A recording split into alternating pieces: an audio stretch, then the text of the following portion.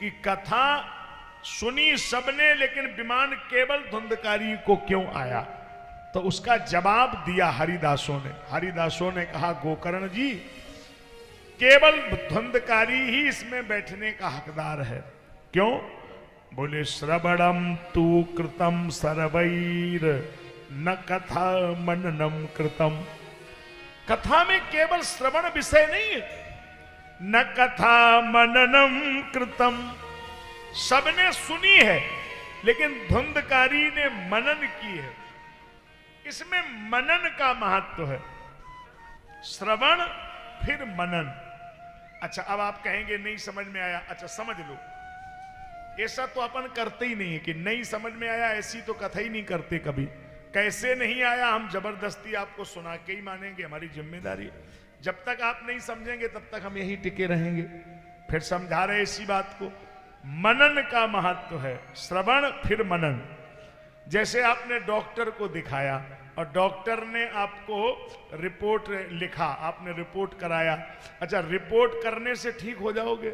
नहीं। डॉक्टर ने दवा लिखी तो दवा का पर्चा देख के ठीक हो जाओगे? नहीं, दवा खानी पड़ेगी। अच्छा, दवा खाने से ठीक हो जाएंगे? नहीं नहीं, दवा खाने में भी लिखा है कि एक गोली सुबह एक गोली शाम, इकट्ठी नहीं खा सकते। अच्छा, मान लो गोली टाइम से खाएं तब तो ठीक हो जाएंगे? नहीं, उसके नीचे भी एक लाइन लिखी है कि जब तक दवाई खाना है, खटाई मिठाई परहेज करना। मानी परहेज भी तब कहीं ठीक होंगे। इसी तरह इस कथा को सुनने का नियम है, ऐसे नहीं सुनने का पालन हो, नियम हो।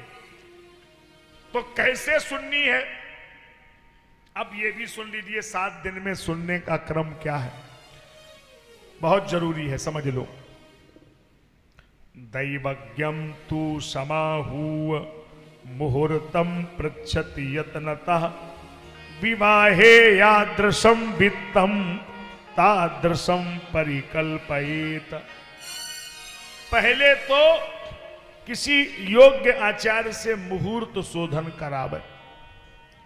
अब मुहूर्त के लिए आषाढ़ का महीना कथा के लिए बहुत ज्यादा महत्वपूर्ण इसमें माना। ऐसा ना सोचना कि आषाढ़ में कथा का महत्व है। लोग कम क्यों कराते हैं कि बरसात की वजह से नहीं कराते। आषाढ़ का वर्णन है, भाद्रपद का वर्णन है, इसमें कार्तिक का वर्णन है, बड़े कथा के लिए उपयोगी है, ये इसमें करना चाहिए। लेकिन समय जिसके पास जैसे है, इसमें तो दिना नाम नियमो नास्ति सर्वदा श्रवणम मतम। अब ये जो कार्यक्रम हो रहा है, इसमें एक और गुप्त बात हम आपको बताने जा रहे हैं। गुप्त बात यह है कि इसमें गुप्त नवरात्रि है।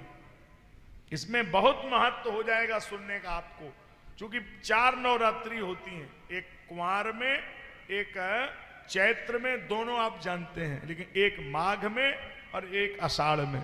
गुप्त जितने भी अनुष्ठान होते हैं इसी में होते हैं। माघ में अगर बसंत पंचमी वाला जो है ना, वो नवरात्रि ही है, परवा से नवमी, और ये भी भड्डोली नवमी तक ये नवरात्रि चलेगा। अभी भड्डोली नवमी आने वाली है, तो इसे इसमें बहुत ज्यादा फल मिलेगा सुनने का आपको। तो मुहूर्त बहुत अच्छा है। फिर विवाहे यादृशम वित्तम तादृशम परिकल्पयेत। जितना धन बेटी के विवाह में खर्च हो उतना ही भागवत के लिए संकल्प करे।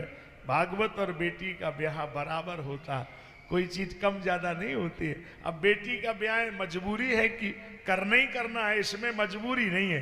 वो तो जब मन बोले तो करें, लेकिन करें तो फिर लोभ ना करें, अच्छे से करें। फिर इसमें ये और एक क्रम आया कि कहाँ सुननी चाहिए। तीर्थे वापी, अगर किसी तीर्थ में सुनते हैं तो वो और अधिक महत्व होगा। वने वापी, वन में सुने। ग्रहे वापी श्रवणम मतम, नहीं तो घर में सुने। फिर कथा का प्रचार करे। देशे देशे तथा श्रेयम वार्ता प्रेष्या प्रयत्नता, दूर दूर तक प्रचार करे, भागवत में चलो, भागवत में चलो। फिर जो श्रोता सुनने आवे उनको भी कोशिश करना चाहिए। अब ये ऐसी बात है कि शायद आप नहीं प्रयास कर पाते हैं, लेकिन करना चाहिए। आचार्य जी से एक क्षण पहले आवे, लेकिन आचार्य जी के बाद आने की व्यवस्था नहीं।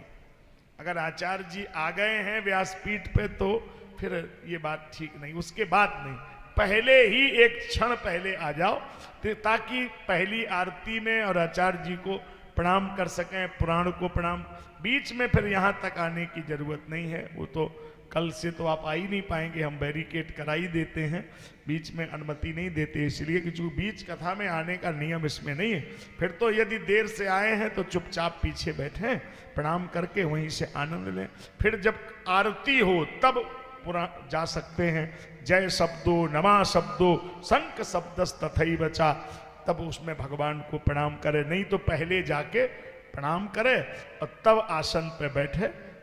रिक्त हस्तम न पश्चेत, खाली हाथ न जावे, कुछ भी ना हो तो फूल ही लेके जाए लेकिन लेके कुछ जावे, ये भी जरूरी होता है।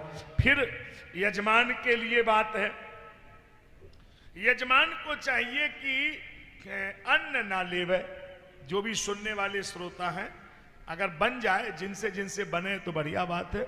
आरती के बाद शाम को भोजन ले सकते हैं, दिन में फल फूल मिठाई दूध कुछ भी ले लें, लेकिन कोशिश करें कि अन्न ना लें। व्रत रह के सुने तो बहुत अच्छा है, जो लोग नहीं सुन सकते हैं उनको कोई बात नहीं, क्षमा कर दे रहे। यजमान को तो दोनों लोगों को पालन करना ही है। आज तो नहीं लिया होगा, फलाहार ले लो, शाम को भोजन फलाहार, कोई दिक्कत लगे तो बता देना हमको, है ना। दिक्कत वैसे होगी नहीं, भगवान की इच्छा, दिन में थोड़ा सा ले लो। और कोशिश करना चाहिए उन श्रोताओं को जो व्रत नहीं रहना चाह रहे हैं, तो उनको छूट दे रहा हूं मैं एक शर्त पे, द्विधलम मधुतैलम गरिष्ठान्नम तथई बचा। अगर उनकी रसोई में लहसुन प्याज गरम मसाला लाल मिर्च का प्रयोग नहीं हो रहा है तो भी वो व्रत ही माना जाएगा। कोशिश करें कि सात्विक भोजन इन दिनों में लें, कथा सुननी है, कोई ऐसा भोजन नहीं लेना है। तो यहाँ भी भंडारे में ऐसे ही बने कि ज्यादा गरिष्ठ न बने, सात्विक बने तो ठीक है। फिर कथा कोई भी सुना दे, आजकल इस पर बड़ा विवाद चल रहा है जगह जगह, कोई सुना दे मना नहीं।